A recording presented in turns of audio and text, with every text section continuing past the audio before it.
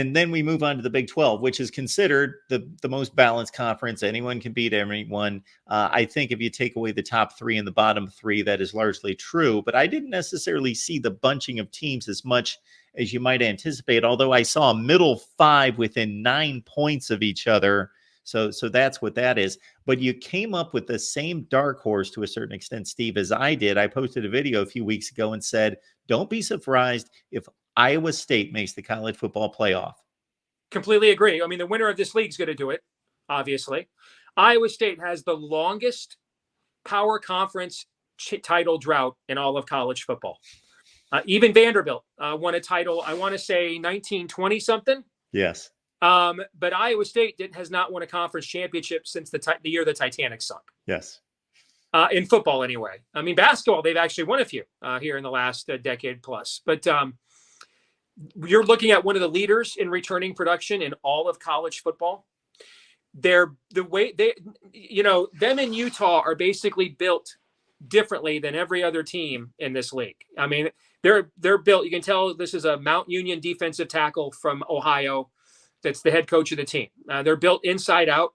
I think it's the best combination of offensive and defensive line together that Campbell has had. I think he had a better defensive line in 2020 when they won 9 games. I think he's had better offensive lines than this one. But I think a lot of times it's been one or the other was rebuilding. I mean, they were one of the youngest teams in college football heading into last year, and then they played 18 more freshmen on top of that.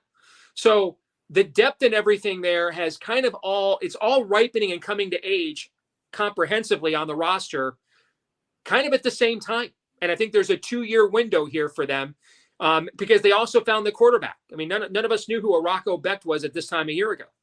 And then all of a sudden Hunter Deckers gets, implicated in the gambling scandal that apparently wasn't now.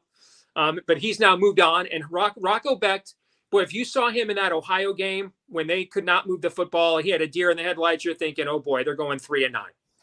But it was very clear, and he had that kind of moment that I think young quarterbacks have, where they finally figure out that you actually gain the coach's trust by showing that you're able to some degree, measurably take the risk of going outside the offense to make a play, rather than believing every play will work as it is drawn up and the other team can't stop it or isn't prepared for it. You know what I'm trying to say? Sure. Like there's a tug of war with young quarterbacks and coaches. Okay. If the young quarter, it's like, Rick Neuheisel once, who's of course a great quarterbacks coach, once made this analogy: coaching a quarterback's like giving your kid the keys to the car. All right. That you don't want them the first time you give them the keys just to drive all night and it comes back and clearly they went 4-wheeling on it. Okay. You don't want that. All right. But you also, if you don't trust them, if 3 months after giving them the car, they don't go anywhere, but then down the street to the gas station there, you see what I'm saying? I mean, there's a give and take here in that relationship. Yeah. And so it's a process at first, but then you need to take some risks as you gain experience so that I know you can handle things when you get on the road that, you can't control. And that's a great analogy. And I think Rocco Becht last year was, I got to follow the game plan. I got to do this. I got to do that. I got to do this. And it was a very pedestrian offense. And I think after that Ohio game, he reached that moment where he's like, I got to play some freaking I got to play some bleeping football. Okay. So yeah, we're calling the play the coach played, but if it ain't there, man, I got to make a play. And you could see as the year went on, more and more, Matt gave him more and more trust. And I think they have excellent receivers. I think they have a young running back. You saw him explode on the scene against K-State last year. I think that they're being a very overlooked team this offseason, I think. Yeah, calculated risk is the key to success in just about any industry or endeavor. But these quarterbacks are asked to do it in a split second, of course. So, yeah, it is difficult. So the trust comes with more and more success with less on the line.